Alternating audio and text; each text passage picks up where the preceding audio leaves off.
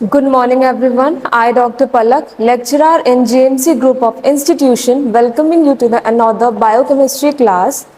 So let's come introduce the topic hormones. Hormones are the body's chemical messenger secreted by the endocrine system to regulate and coordinate the functions of various organs and tissue. Hormones क्या है? एक तरीके का chemical messenger है जो हमारी body में release होता है. क्या होता है? सिक्रीट होता है by the endocrine system to regulate and coordinate the functions of various organs and tissue. ये किस लिए हेल्पफुल होता है हमारी बॉडी में? ऑर्गन्स और टिश्यू के फंक्शंस को रेगुलेट और कोऑर्डिनेट करने के लिए हॉर्मोन्स हमारी बॉडी के लिए एसेंशियल होते हैं. They influence a wide range of bodily processes including metabolism, growth and reproduction. ये क्या इन्फ्लुएंस करता है हमारे बॉडी के प्रोसेसेस को? जैसे कि मेटाबॉलिज्म और growth. All right, so let's definition of the hormones. The word hormone is derived from the Greek word hormone meaning setting in motion or to arouse.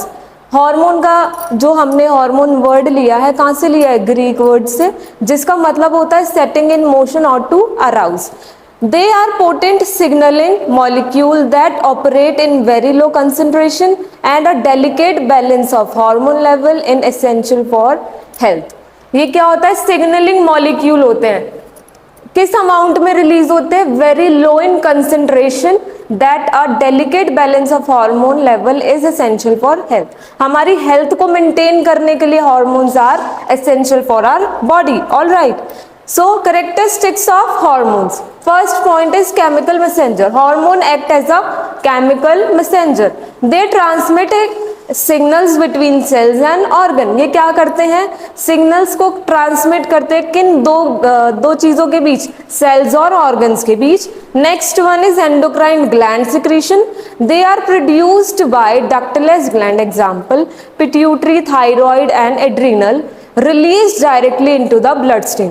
Endocrine gland secretion क्या होता है? Endocrine glands होते हैं हमारे जो ductless gland होते हैं, जैसे कि पिट्यूटरी, थायराइड और एड्रिनल. एड्रिनल कहाँ प्रेजेंट होता है? Upper surface of the kidney. ये क्या करते हैं? अपने केमिकल डायरेक्टली रिलीज करते हैं ब्लड स्ट्रीम में. All right, next one is target specific.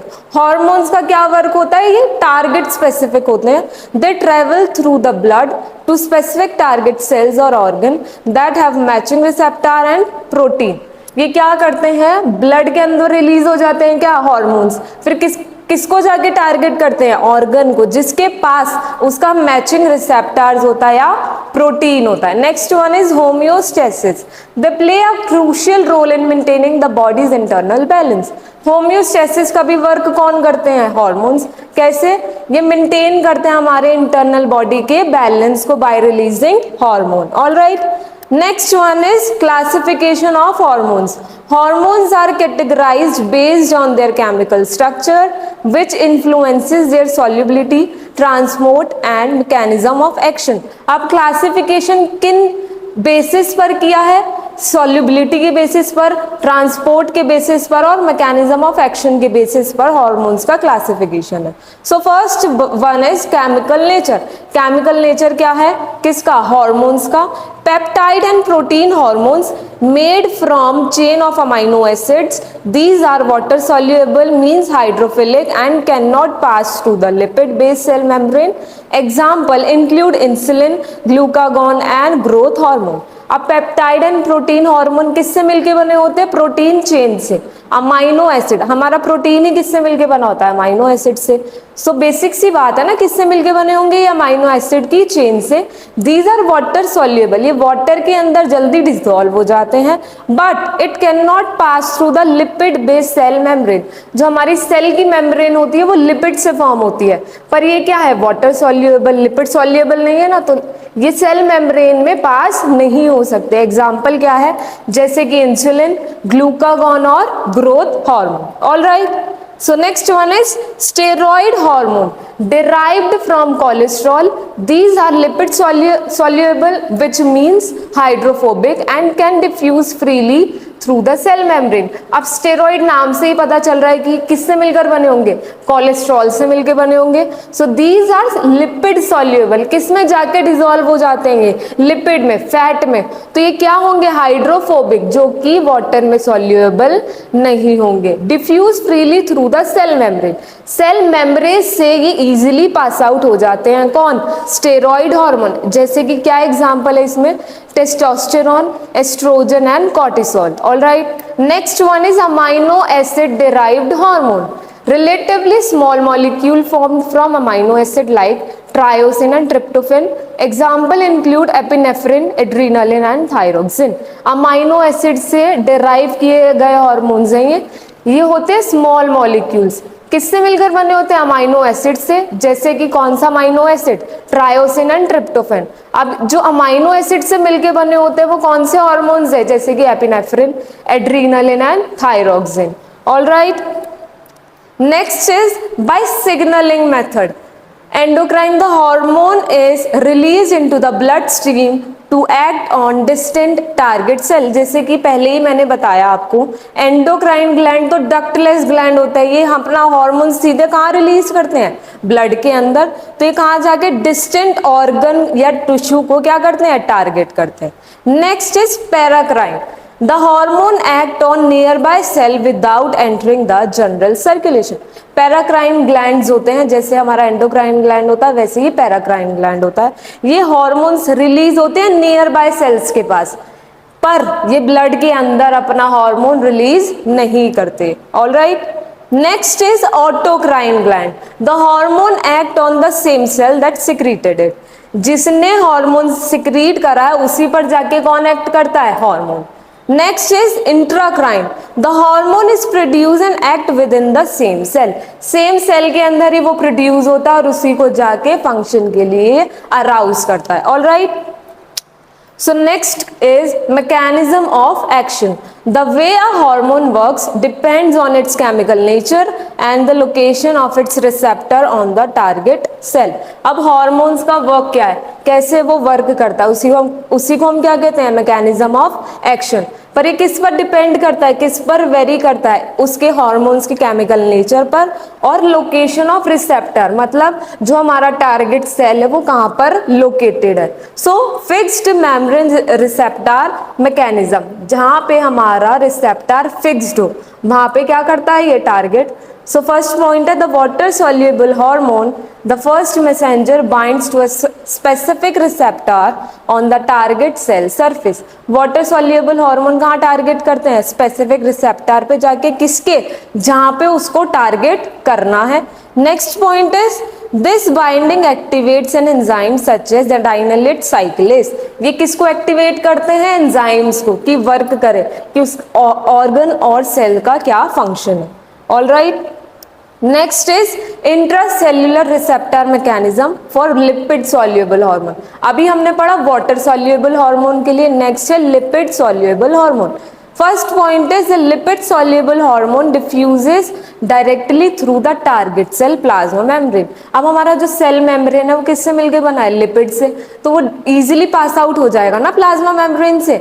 It bind to an intracellular receptor, पर किससे बाइंड होना पड़ता है पहले इसको, इंट्रासेल्युलर रिसेप्टर से, located either on the cytoplasm और न्यूक्लियस। ये रिसेप्टर कहाँ पे प्रेजेंट होता है, या तो साइटोप्लाज्म में प्रेजेंट होंगे या न्यूक्लियस पे प्रेजेंट होंगे। Alright, so next come is functions of hormones. Hormones regulate nearly all major bodily functions, maintaining body's internal balance, which means homeostasis। Hormone regulate करता है सारे ही हमारे nearly सारे ही body functions को, उसमें क्या मेंटेन करता है, हमारे इंटरनल बैलेंस को, उसको क्या कहते हैं, होम्योस्टेसिस। फर्स्ट फंक्शन है metabolism. Hormone like insulin, glucagon from the pancreas regulate blood glucose level। thyroid hormone regulate body's metabolic rate and energy balance। अब hormone metabolism, as a metabolism कैसे work करता है, इंसुलिन हार्मोन होता है, glucagon hormone होता है, जो कहाँ से रिलीज होता है, पैनक्रियास से। अब ये किस में हेल्प आउट करता है, हमारे जो ब्लड में ग्लूकोज का लेवल है उसको रेगुलेट करके रखता है, मेंटेन करके रखता है, कौन, इंसुलिन और glucagon. Thyroid hormone regulate bodies metabolic rate and energy balance. हमारे बॉडी का मेटाबॉलिक रेट और एनर्जी बैलेंस कौन मेंटेन करके रखता है, thyroid hormone. All right. Next come is growth and development. Growth hormone from the pituitary gland is essential for growth. अब growth hormone कहाँ से रिलीज होता है हमारी बॉडी में?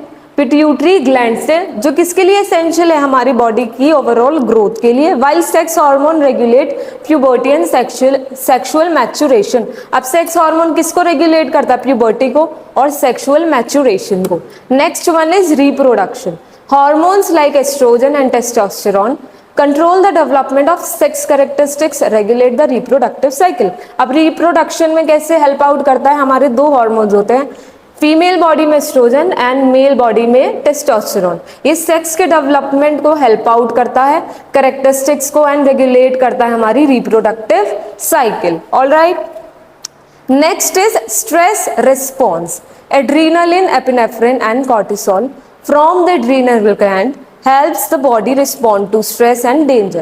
एड्रीनलिन और कॉर्टिसोल एक हार्मोन होता है जो हमारे एड्रीनल ग्लैंड से रिलीज होता है, which is present on upper surface of the kidney. किसके लिए रिस्पॉन्सिबल होता है? ये डेंजर और स्ट्रेस के लिए रिस्पॉन्सिबल होता है. Next is mood and sleep. Hormone can influence mood and cognitive function. अब हमारे जो मूड और स्लीप है ना, स्लीप साइकिल, वो भी हार्मोन के ही बैलेंस से डिस्टर्ब होती है और करेक्ट होती है. While melatonin from the pineal gland regulate sleep wake cycle. अब मेलेटोनिन एक हार्मोन होता है जो कहाँ से रिलीज होता है? पीनल ग्लैंड से. किसको रेगुलेट करके रखता है? स्लीप वेक साइकिल को. All right. Next is fluid and electrolyte balance. Aldosterone and anti diuretic hormone ADH regulate water and salt balance. अब ADH और एल्डोस्टेरोन किसको मेंटेन करके रखते हैं? वाटर और सॉल्ट बैलेंस को हमारी बॉडी में. All right. So next is disorder of hormones. Hormonal imbalance caused by an over production, hyper secretion और under production, hyposecretion of a hormone can lead to serious health problem. अब hormone का over production भी हो सकता है और under production भी होता है. ये डिपेंड करता है कि हमारी बॉडी की डाइट कैसी है. तो अब पहला डिसऑर्डर क्या है हार्मोन्स की वजह से? First one is diabetes mellitus occurs due to either a deficiency of insulin production type 1 और body's inability to use insulin effectively type 2 leading to high blood glucose. अब डायबिटीज मेलाइटिस हमारे दो type का होता है बॉडी में. या तो इंसुलिन का प्रोडक्शन कम है बॉडी में, तो उससे कौन सा डिसऑर्डर होता है हमें? Type 1 diabetes mellitus. या बॉडी में इंसुलिन तो है पर वो क्या? Inability to use it. Inability to use it क्या? इंसुलिन. सो क्या उससे क्या हो जाता है हमें? टाइप 2 डायबिटीज मेलाइटिस, जो क्या लीड कर देता है रिजल्ट में? ब्लड के अंदर हमारा ग्लूकोज का लेवल बढ़ जाता है. All right. Next is symptoms of diabetes. अब किसी को डायबिटीज है, उसके सिम्टम्स क्या क्या हो सकते हैं? फटीग, थकान, ब्लड विजन, धुंधलापन आंखों में, sudden weight loss, increase appetite, weight loss कम हो जाएगा सडनली, मतलब वेट कम हो जाएगा आपका सडनली. और क्या हो जाएगा? एपेटाइट, मतलब खाने की जो खुराक है वो बढ़ जाएगी. Delayed healing of wound. Wound healing हमारी क्या हो जाएगी? डिले. जो घाव भरने की क्षमता है वो कम हो जाएगी. कांस्टेंट थ्रस्ट, मतलब हमें प्यास जल्दी लगा करेगी. फ्रीक्वेंट यूरिनेशन, यूरिनेशन जल्दी जल्दी होगा. ये किसके सिम्टम्स है? डायबिटीज के. All right. Second one is thyroid disorder. Hypothyroidism. The thyroid gland does not produce enough thyroid hormone, resulting in symptoms like weight gain, fatigue and depression. अब thyroid hormone release करता है T3, T4. ठीक. अब उसमें भी hypothyroid, वो hormones कम release हो रहे हैं, तो उससे क्या क्या हो सकता है कि वो थायराइड ग्लैंड इनफ नहीं प्रोड्यूस कर रहा वो हार्मोन्स. उसका रिजल्ट क्या? उससे हमें क्या क्या देखने को मिल सकता है? वेट गेन होगा सडनली, फटीग हो जाएगा, थकान रहने लगेगी, डिप्रेशन में चले जाएंगे. Next is hyperthyroidism. Thyroid hormone हमारी बॉडी में एक्सेसिवली प्रोड्यूस हो रहे हैं, उसको क्या कहते हैं? Hyperthyroidism. The thyroid gland produce excessive hormones leading to weight loss, anxiety and a rapid heartbeat. अब हमारी बॉडी में थायराइड हार्मोन ज्यादा क्वांटिटी में बन रहे हैं, तो उससे क्या हो सकता है? एंजाइटी हो सकती है, वेट लॉस हो सकता है और रैपिड हार्ट बीट हो सकती है. All right. Next is symptoms of hyperthyroidism. क्या हो सकता है? Brain fog, fatigue, dry skin रहेगी, जॉइंट पेन होगा, हेयर लॉस होगा, वेट गेन होगा और एंजाइटी होगी जब हमारे बॉडी में थायराइड हार्मोन कम प्रोड्यूस होने लगेंगे। Alright, next is growth hormone disorder, gigantism and acromegaly caused by an excessive growth hormone. जब हमारी बॉडी में ग्रोथ हार्मोन एक्सेसिवली सिक्रीट हो जाता है तो जिंजाटिज्म अकर होती है in children, leading to abnormal height, height abnormally increase होगी। While acromegaly affects adult causing severe disfigurement. Acromegaly adult में होती है, क्या कॉज करता है? Severe disfigurement. Pituitary dwarfism caused by a deficiency of growth hormone result in stunt growth. Pituitary dwarfism क्या होता है? जब किसी की हाइट बोनी रह जाती है, मतलब छोटी रह जाती है। क्यों? क्योंकि हमारी बॉडी में ग्रोथ हार्मोन की डेफिशिएंसी हो जाती है जिसमें हमारा जो हाइट है वो कम दिखने लगती है। All right, thank you everyone. If you have any question please ask in a comment box.